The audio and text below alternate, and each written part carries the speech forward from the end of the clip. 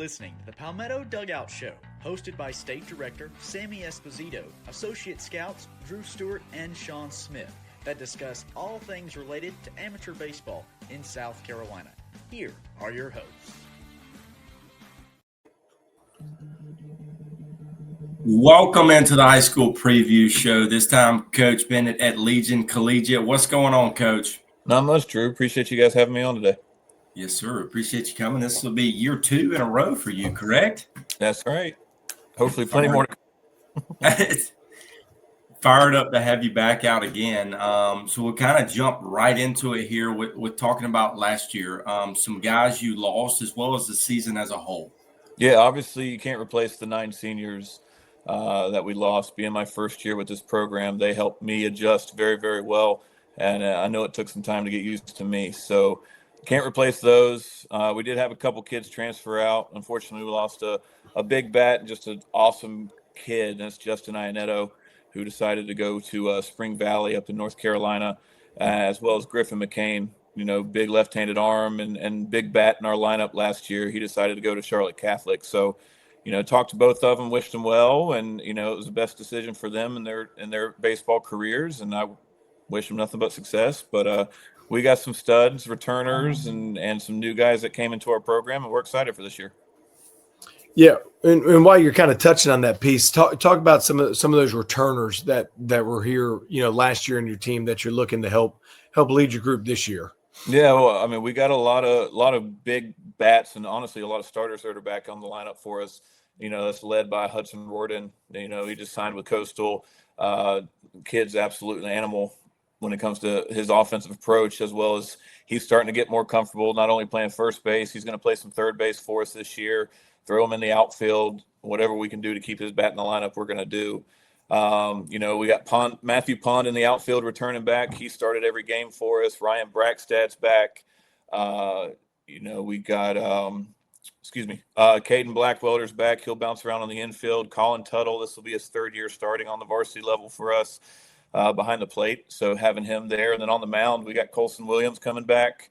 Obviously, Ryan Brackstead will be back on the mound for us. And then we got a couple key acquisitions that are going to help us on the mound and in the field as well.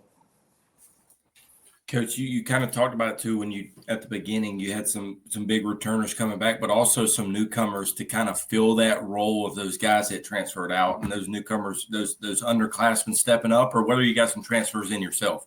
We got a couple of both. I'll start with the freshman Kingston Maddox. He came to us. Awesome kid, strong as an ox. He's another catcher, outfielder. We're working him out as infield too, just to kind of make him a little bit more well-rounded and versatile. I think he's going to get some valuable minutes. Maybe start him out on the JV side, depending on how he adjusts this. When we start ramping up in January, February. But Parker McGee transferred in from Lancaster High School. I think he's going to be a big bat, big leader for us that we kind of needed. And then the big arm Logan Satter transferred over from Clover High School to round up our rotation on the mound. So those are the big names. A couple other names that came over. Lucas McAhoe from Indian Land, Trace Matthews from Indian Land came over. I think they're going to get valuable minutes for us, as well as Wyatt Staley came over from Clover as well. So got some very high character, high academic, and just great baseball players that are just going to help boost our program and take us to that next level. Now, obviously, with the good mix of those newcomers, whether there be guys that were at the the JV level stepping up, or some of those transfers kind of coming in, along with the good mix of those returners to your program, what are some expectations, especially you going into year 2 with the program here? What are some of those expectations you guys got in the program rolling in there? Yeah, well, I mean, being at Legion is a different animal than most. I mean, here we have such a short time with a lot of new faces to get them to buy into what we believe in and our principles here at the program. So getting that kind of nailed in, that's what the beautiful thing of being part of Diamond's Prospects was we had a little bit of an opportunity to start that process from the beginning in October. But yeah, getting them bought in, getting them going, and I mean the expectation is always to be successul, whether it's at the plate, whether it's on the mound, or as a program in general. We strive for perfection in everything we do, knowing that we're going to fail, but learning from those failing opportunities and overcoming that to bounce back and perform the next day. Coach, I know we're very familiar with a lot of guys you have on that roster. We've seen them play at some of the highest levels of baseball.